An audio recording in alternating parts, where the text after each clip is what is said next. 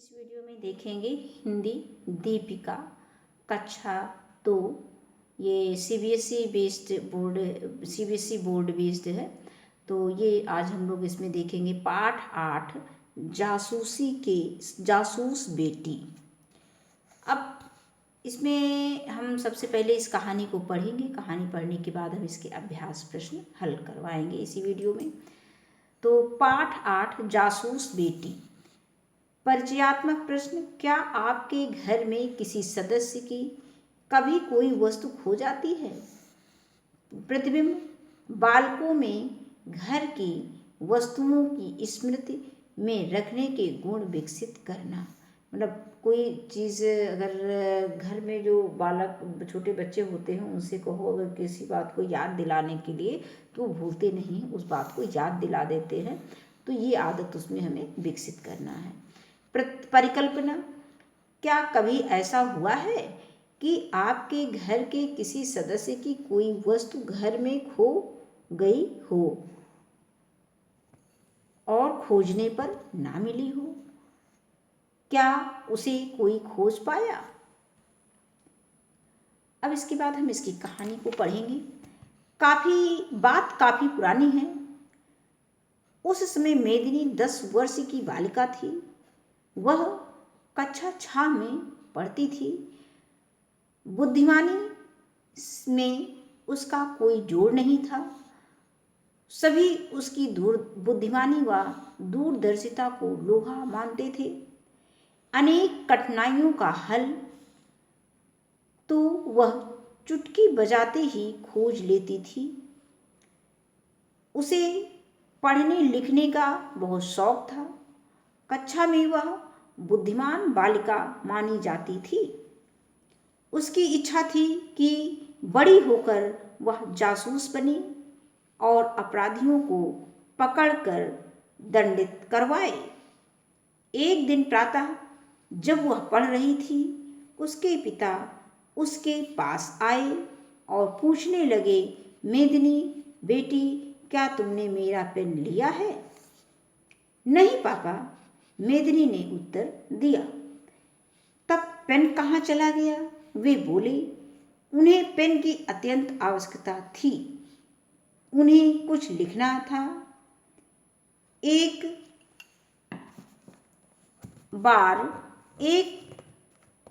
बात से वे और भी अधिक चिंतित थे।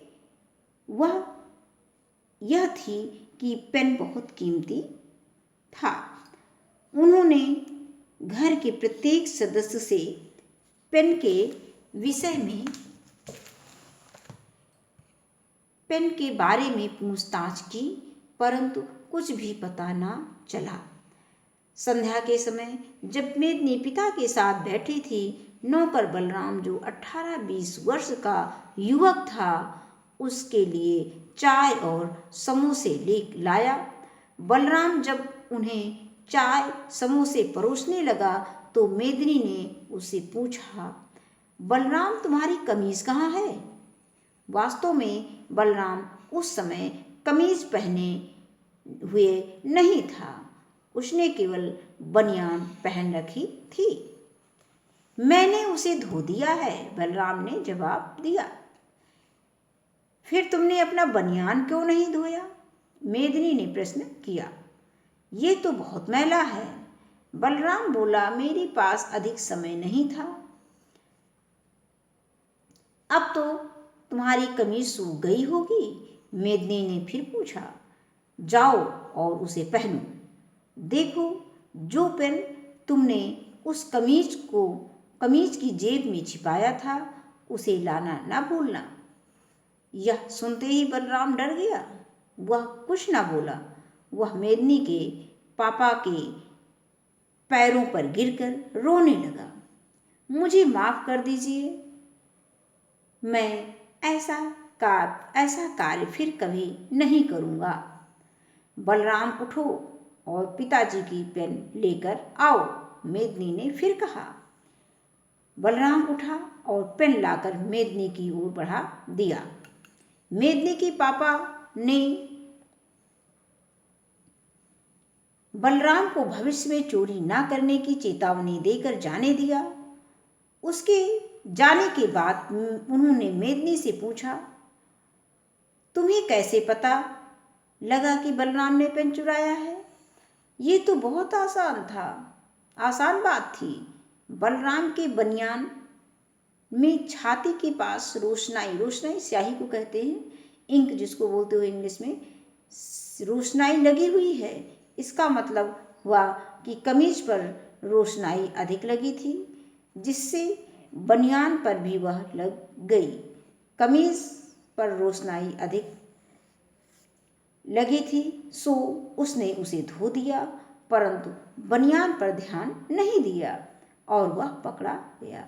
मेदिनी ने मुस्कुराते हुए कहा कि पापा उसकी ओर प्रशंसा के भाव से देखकर मुस्कुराने लगे। उन्होंने वह पेन मेदिनी को पुरस्कार में दे दिया। के बाद इसी के आगे अभ्यास कार्य आ गया है। अभ्यास कार्य इसको हल करेंगे। तो पहला प्रश्न इसमें दिया गया है कि सही विकल्प के आगे सही का निशान लगाइए। मेदिनी के पापा क्यों परेशान हो रहे थे? इसमें पहला ऑप्शन दिया है उनका पर्स खो गया था। दूसरा है उन्हें अपना पेन नहीं मिल रहा था। और तीसरा ऑप्शन है कि वे अपना पेन कहीं छोड़ आए थे। तो इसमें बा ऑप्शन सही है। बा में हम सही का निशान लगा देंगे। ये इधर बॉक्स बने हुए हैं।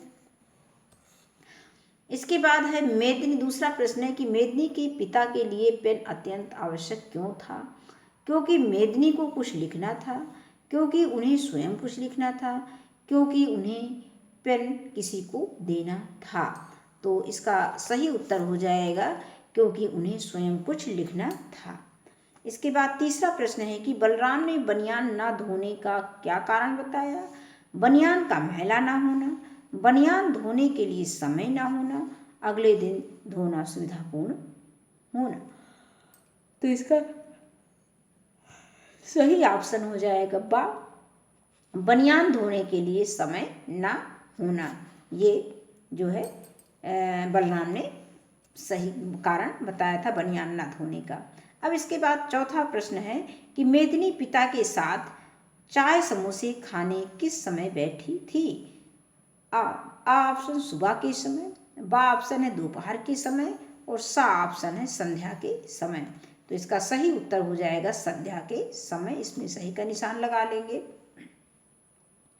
आगे है उपयुक्त शब्द चुनकर रिक्त स्थान भरिए। अब यहाँ पे ये दिए गए हैं शब्द, इनमें से जो उचित है वो कहानी के अकॉर्डिंग हमको वो शब्द यहाँ पे भरने हैं। मेदिनी बेटी, क्या तुमने मेरा पेन देखा है? अब यहाँ पर पेन दिया गया है और पर्स दिया गया है। तो इसमें पेन और पर्स में से एक होगा, ऑब्लिक लगा हुआ है तो इसमें पेन होगा।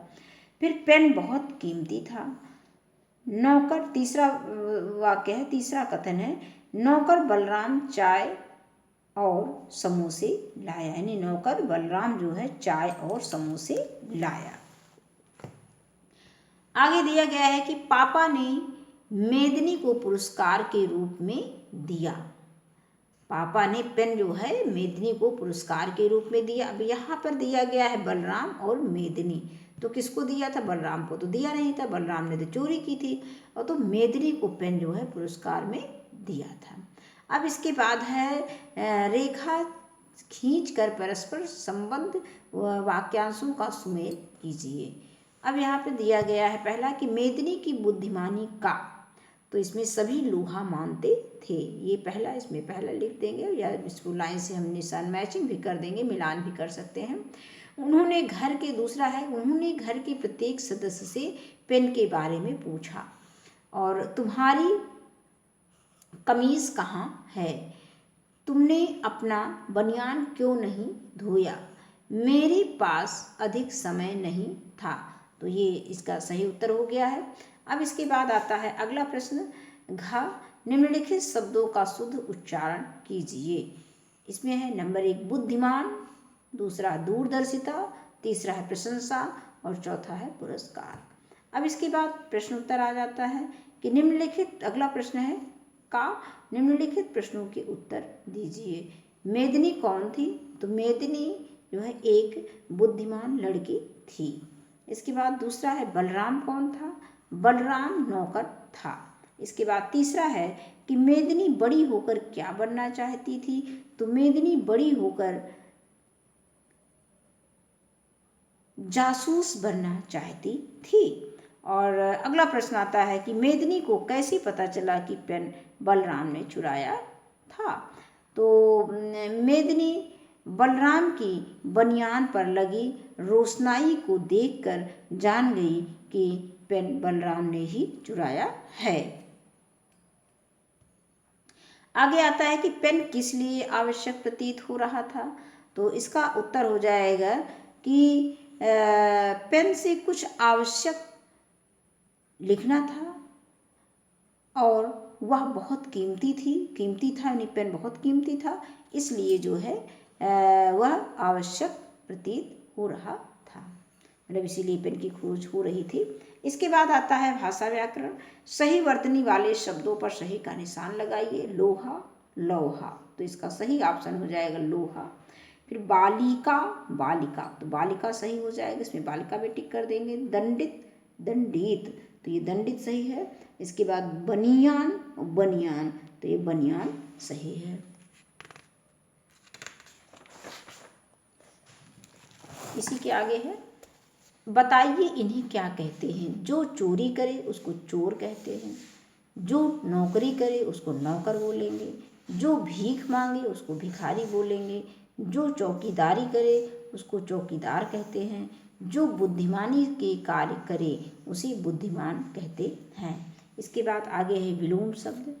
कीमती का सस्ता और प्रश्न का उत्तर। कीमती का विलोम क्या हो जाएगा? सस्ता। प्रश्न का विलोम उत्तर। प्रशंसा का विलोम निंदा और अधिक का विलोम कम।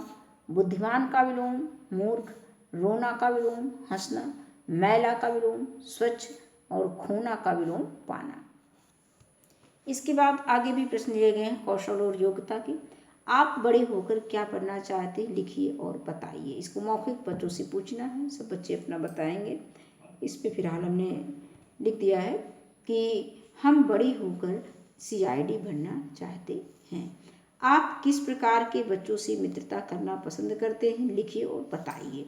तो हम जो है बुद्धिमान बच्चों से मित्रता करना पसंद करते हैं। आगे है कि ऐसी कोई 3 बातें लिखिए, बताइए जिन्हें अपनाने पर बच्चे सबकी प्रशंसा पाते हैं। तो नंबर 1 है सभी काम समय से करें। नंबर 2 है हमेशा सत्य बोले, सही बोले। और अगला है नंबर 3 पढ़ाई में मन लगाएं। तो बस आज की वीडियो में बस इतना ही। धन्यवाद।